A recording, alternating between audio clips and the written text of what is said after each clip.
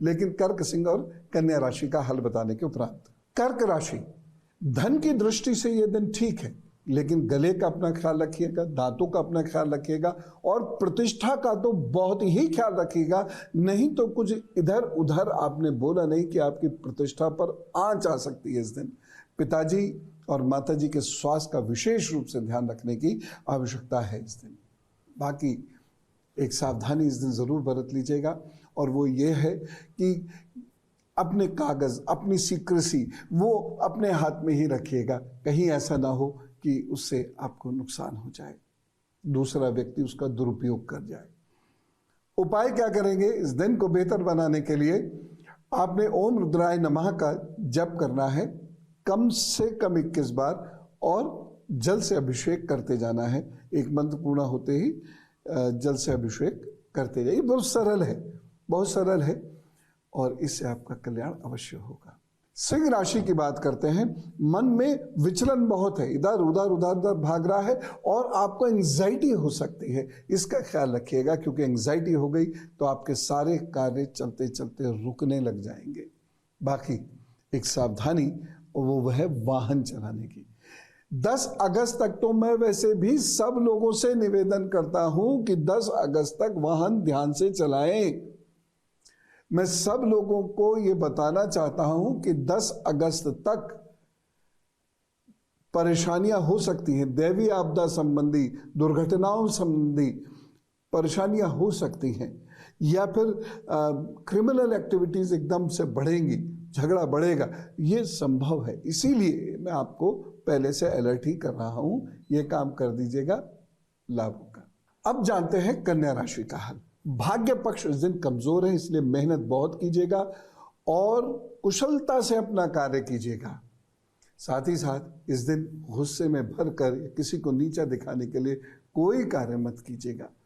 बाकी एक सावधानी इस दिन जरूर बरतें। यात्रा करनी पड़ सकती है, यात्रा में अपनी सेहत का विशेष रूप से ख्याल रखें और कीमती चीजों का भी ख्याल रखें। बाकी एक उपाय कर लें।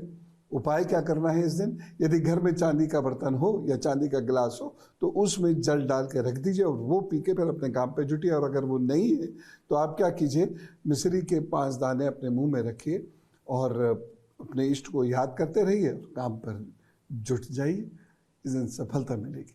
फतेहगढ़ से रितंबरा जी पूछती हैं, शादी कब तक होगी?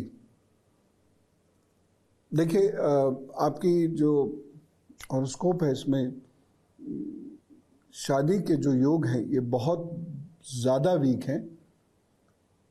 आप एक काम कीजिए, चांदी की चेन पहनिए और उसमें चांदी की एक ठोस गोली पेंडेंट की तरह से पहन लीजिए। सोमवार को ये कार्य करना है और रोज़ाना चींटियों को आटा दे दीजिए। आप 1 वर्ष तक विवाह हो जाएगा, लेकिन उसको निभाने में आपको कठिनाइयाँ आएंगी, ये मैं पहले से ही बता दे रहा हूँ। इसलिए अपना स्वभाव ऐसा रखिएगा कि आप चीज़ों को समझ सकें, समय से समझ सकें, और आपके अंदर जो फायरी एलिमेंट है ये ज़्यादा ना रहे, एडजस्ट अच्छे से कर सकें अपने रिलेशंस को, ऐसा आप अपना मन बनाइएगा, तभी ये विवाह टिक पाएगा। अब मैं एक और पौधे के बारे में आपको बताता हूं, और यह है मेहंदी का पौधा। 5000 वर्षों से भी पुराना इतिहास है मेहंदी का। मेहंदी के पौधे पे बहुत शोध भी हुआ है। खैर, हमको ये कैसे लाभ देगा? घर में मेहंदी के पौधे या पेड़ की जड़ को ले आइए और उस स्थान पर रखिए जहां वास्तु दोष हो, तो आप देखिएगा वास्तु दोष दूर होने लगा। ठीक है,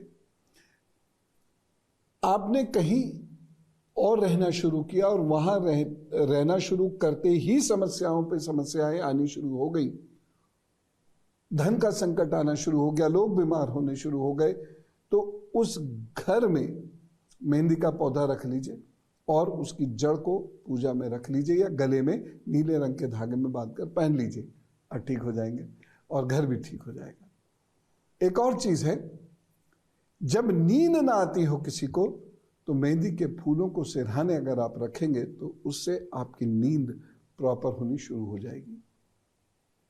एक और बात जो बहुत ध्यान से सुनिएगा, मेहंदी के पत्तों का रस थोड़े से दूध में लेकर आप पीजिए, मानसिक समस्याएं तक दूर इससे हो जाती हैं। अब इसको बनाने की एक विशेष विधि है, वो चिकित्सीय सलाह में आप उसको सीखिएगा। एक और चीज, जिनका ब्लड प्रेशर ज्यादा बढ़ा रहता है उनको मेहंदी का लेप अपने तलवों पर लगाकर सोना चाहिए। बहुत, लेकिन मेहंदी का पेड़ यदि आप उपयोग में ला रहे हैं तो मांसाहार बंद कर दें। बाकी मेहंदी का पेड़ आपकी इतनी सारी समस्याओं को सॉल्व कर देगा।